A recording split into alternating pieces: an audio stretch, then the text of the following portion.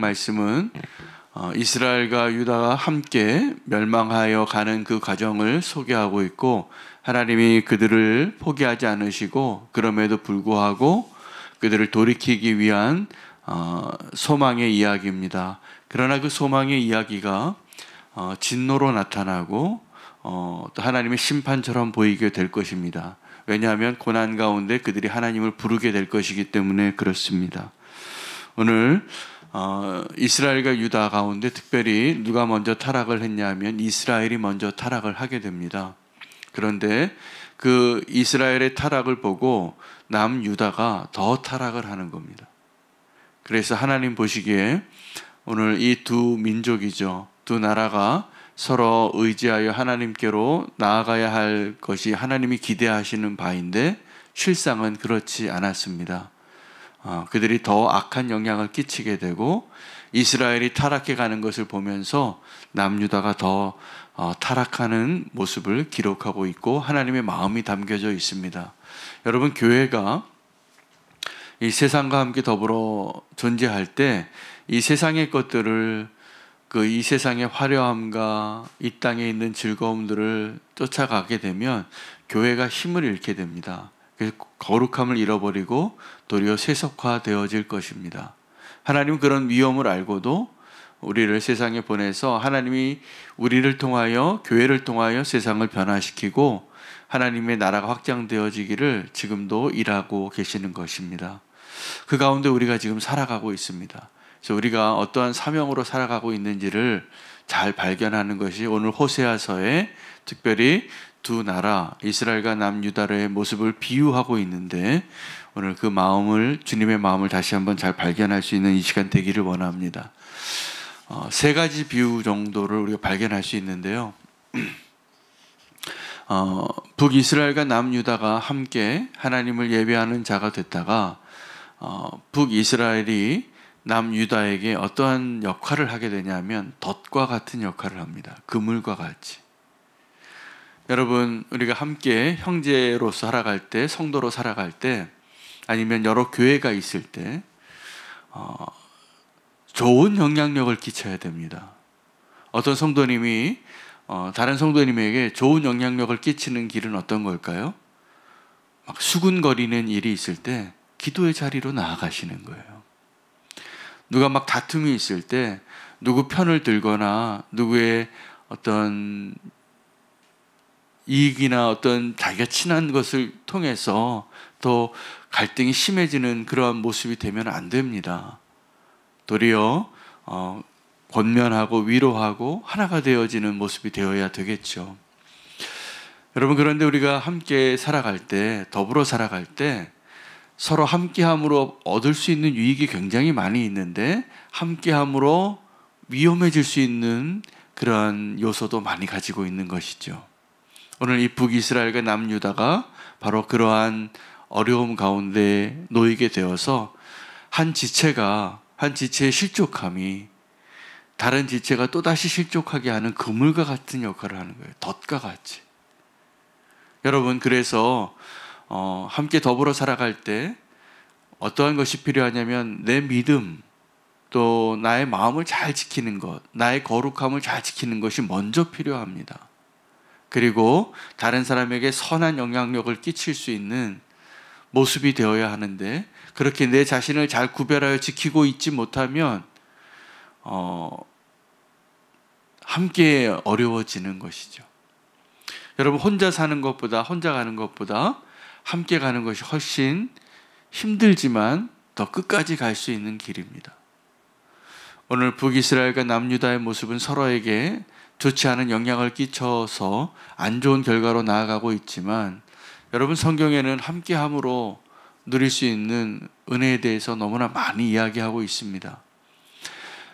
가장 좋은 우정을 상징하는 다윗과 요나단은 사실은 함께 친구가 될 수 없는 상황 가운데 한 시대를 살았습니다. 그러나 그 두 사람은 너무나 아름다운 우정의 모습을 우리에게 보여주는 거예요. 다윗의 수많은 동역자들이 있었습니다. 아들과 같고 친구와 같고 힘이 되어줬던 바울 서신서에 보면 그 하나님의 나라에 대한 그가 체험하고 깨달은 것을 정리하여서 지금 교회가 대부분의 교리의 근거로 삼을 수 있는 너무 소중한 가르침이 바울서신에 있지만, 바울서신의 마지막에는 그와 함께 동역했던 아름다운 관계들이 너무나 많아요. 로마서는 16장 전체가 다윗이 함께 권면하고 위로하고 힘을 얻었던 자기가 소개하는 친구들의 이름들이에요. 여러분, 우리에게도 그런 아름다운 친구들의 이름이 페이지가 모자랄 정도로 남겨질 수 있는 은혜 가운데 사시기를 축복합니다. 교회에 있는 우리 함께 신앙생활하는 함께 부름받은 저와 여러분은 그 은혜를 누리라고 함께 하나님이 부르신 것입니다. 저는 너무나 감사합니다. 우리는 교회에 그런 믿음의 동력자들이 너무나 많으세요. 그래서 함께 힘이 되어지고 함께 어려울 때 또 돕고, 여전히 우리는 함께 나쁜 영향을 끼칠 가능성도 있지만 함께함으로 누릴 수 있는 은혜가 훨씬 많은 아름다운 믿음의 공동체라고 믿습니다. 그것이 가능한 이유는 우리의 머리 대신 예수 그리스도 때문입니다. 우리가 하나님의 동일한 자녀이기 때문에 그렇습니다. 그거 잃어버리면 안 되는 겁니다. 그래서 우리 다양함 가운데 우리가 함께 세워져가는 그 축복의 자리로 나아갈 수 있기를 원합니다. 그 북이스라엘과 남유다의 그러한 타락이죠. 우상 숭배를 인하여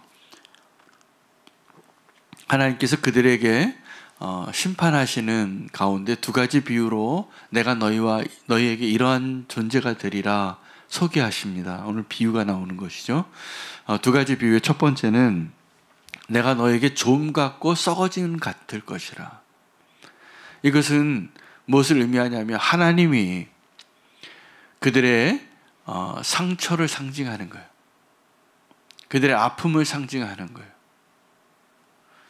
여러분, 세상에 막 마음을 뺏기고 눈 뺏기고 살아갈 때 하나님이 그들에게 아픔을 주시는 겁니다. 왜요? 돌아오라고. 여러분, 우리가 살아가면서 경험하는 여러 가지 아픔과 질병과 어려움들이 있어요. 근데 그것은 하나님 우리를 미워하시기 때문이 아니라 그건 우리의 죄의 결과이지만 하나님 우리를 그것을 통하여서 다시 하나님께로 돌아오게 하는 하나님의 도구의 하나입니다. 또 하나는 하나님 심판하실 때 북이스라엘에게는 내가 사자 같고 남유다에게는 젊은 사자같이 되리라 말씀하셨어요. 이 두 민족을 향한 하나님의 심판이 아주 무서울 것을 의미하는 것이죠. 하나님이 우리에게 사자와 같이 다가오실 것이다. 사자와 같을 것이다. 무서운 이야기죠. 그러나 그 뒤에는 우리의 우상 숭배와 우리의 불신실함을, 우리의 죄악을 고치고자 하는, 그래서 우리 안에 있는 그 죄를 미워하시는 하나님의 마음이 담겨 있는 것이죠. 하나님이 심판을 예고하고 항상 마지막에 소망을 주세요. 여러분, 우리는 그런 하나님을 경험해야 합니다. 우리가 어떠한 잘못을 저질러도 그냥 다 괜찮다고 말하는 하나님이 아니세요. 우리가 잘못된 길을 가고 우상 숭배를 하고 하나님을 떠나서 함께 더불어 무너져 가고 있을 때조차 서로를 바라보며 소망이 없는 거죠. 그럴 때 하나님이 우리에게 좀과 같고 또 썩이는 것 같이 되시기도 하시고 우리에게 사자와 같이, 젊은 사자와 같이 우리를 징계하시면서 우리를 바른 길로 인도하시는 하나님의 그 숨겨진 사랑을 알라고 이렇게 오늘 말씀을 주시는 것임을 우리가 깨달아야 할 것입니다. 여러분, 함께 우리 더불어 살아갈 때, 하나님과 또 더불어 살아갈 때 우리는 홀로 있을 수 없는 존재예요. 하나님 우리를 창조해 놓으시고 보니까 아담 하나 만들었는데 홀로 거하는 것이 보기 좋지 않으셨다고 하셨습니다.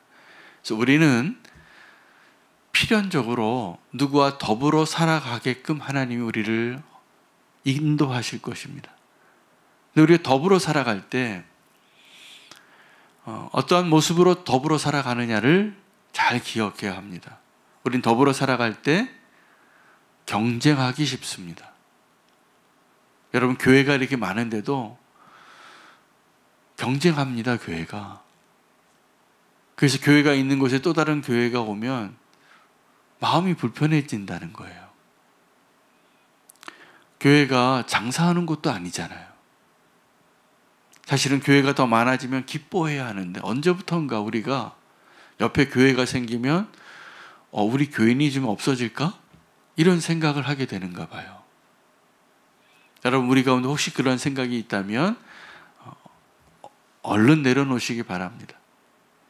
사실은 이 땅에 교회가 많아지고 하나님 나라가 확장되어지고 하나님을 예배하고 하나님 뜻대로 모이는 공동체가 많아지는 것은 그 어떠한 이유에서라도 기뻐해야 합니다. 그런데 제자들이 그랬잖아요. 함께 모이면 늘 어떤 마음이 드냐면 경쟁하게 되는 거예요. 우리 가운데 누가 크냐? 하나님은 이것에 전혀 관심이 없으세요. 우리가 관심이 많지. 저는 우리는 교회가 너무 큰 교회가 좀 안 됐으면 좋겠다는 마음이 늘 있어요. 너무 작아져도 힘들겠죠? 그런데 지금 하나님 허락해 주신 그 은혜 가운데 우리의 교회가 나아가야 할 바가 어떨 때는 좀 너무 안타까운 게 다 큰 교회가 되는 게 목표같이 보일 때가 있는 겁니다. 우리 그러면 안 됩니다. 이게 사실은 물론 큰 교회의 역할이 있고요. 작은 교회의 역할이 있는 거죠. 근데 하나님 우리를 부르셨을 때 하나님 우리를 부흥시켜 주시면 그 은혜로 열매가 누리는 것이고 또 작아도 괜찮은 겁니다. 그냥 내가 주님과 온전히 동행하는 일에 먼저 우선순위를 두고 그러한 모습으로 살아가야 합니다. 성도님들 안에서도 마찬가지예요. 왜 거기서 꼭 내 목소리가 커야 하고 내 주장이 꼭 관철돼야 할까요? 그럴 필요가 없는 겁니다. 사실은 하나님께서 우리가 함께 있게 한 목적이 있는데 그것은 경쟁하라고 우리를 함께 하라고 한 것이 아니라 서로 섬기라고, 도우라고, 함께 있는 것이 힘이 돼야 돼요. 그게 마음의 번민이 되지 않고 지금 우리의 함께함이 하나님이 원하시는 원래 목적대로 함께 섬기고 돕고 의지할 친구가 되어지고 소망이 되어질 수 있는 모습으로 내가 누군가에게 든든한 버팀목이 될 수 있기를 소망합니다. 가족이 있어도 보니까 좀 멀리 있는 가족보다 함께 있는 믿음 안의 가족이 훨씬 소중하더라고요. 늘 가까이 보시니까 매일 보고 주일마다 보고 이런 축복이 어디 있습니까? 요즘같이 이렇게 개인주의적으로 살아가고 다 외로워요. 보니까 다 외로운데 우리가 함께 마음을 모아서 함께 서로 사랑하고 아름다운 공동체를 이루어가는 것보다 축복이 없는 것입니다. 하나님 우리에게 너무나 소중한 축복의 선물들을 주셨는데 그것이 함께 지금 성도로 살아가고 있는 내 옆에 있는 소중한 분들이에요. 우리가 그 소중함을 감사하게 여기며 함께 세워져 가고 이어져 갈 수 있는 은혜가 있기를 원합니다. 함께 있을 때 경쟁하고 내 목소리를 내고 내가 더 으뜸이 되겠다 하는 생각들이 얼마나 위험한지, 또 함께 선한 영향력을 끼쳐야 하는데 안 좋은 영향력을 끼치는 것, 우리가 많이 경험하잖아요. 안 좋은 영향도 서로 끼치는 겁니다. 그러나 좋은 영향력을 끼치고 어떤 어려움이 있을 때 믿음으로 권면하고 같이 함께 두 손 잡고 기도하고 함께 눈물 흘려주고 함께 일어날 수 있는 축복의 선물들인 것이죠. 우리 너무나 소중한 존재입니다. 서로에게. 하나님께서 오늘 북이스라엘과 남유다가 안 좋은 모습으로 우리에게 반면교사가 되는 것이죠. 함께 무너져가는 자가 아니라 함께 회복되어지고 함께 힘이 되어질 수 있는 자리로 서로를 부르셨고 또 교회들도 그러한 것이라 믿습니다. 우리가 그 소망으로 다시 한번 주님 앞에 함께 세워져 가기를 소망하며 기도하도록 하겠습니다. 오늘 말씀 붙잡고 오늘 내가 누군가에게 어떤 영향력을 끼치고 있는지, 혹시 좋은 영향력이 아니라 나쁜 영향력을 끼치고 있다면 우리의 입을 다물고 회개하고 또 선한 영향력을 끼치고 있다면 기뻐하는 자가 될 수 있기를 원합니다. 우리 함께하는 그 축복을 기뻐하며 결단하며 죄 이름 부르고 기도하겠습니다.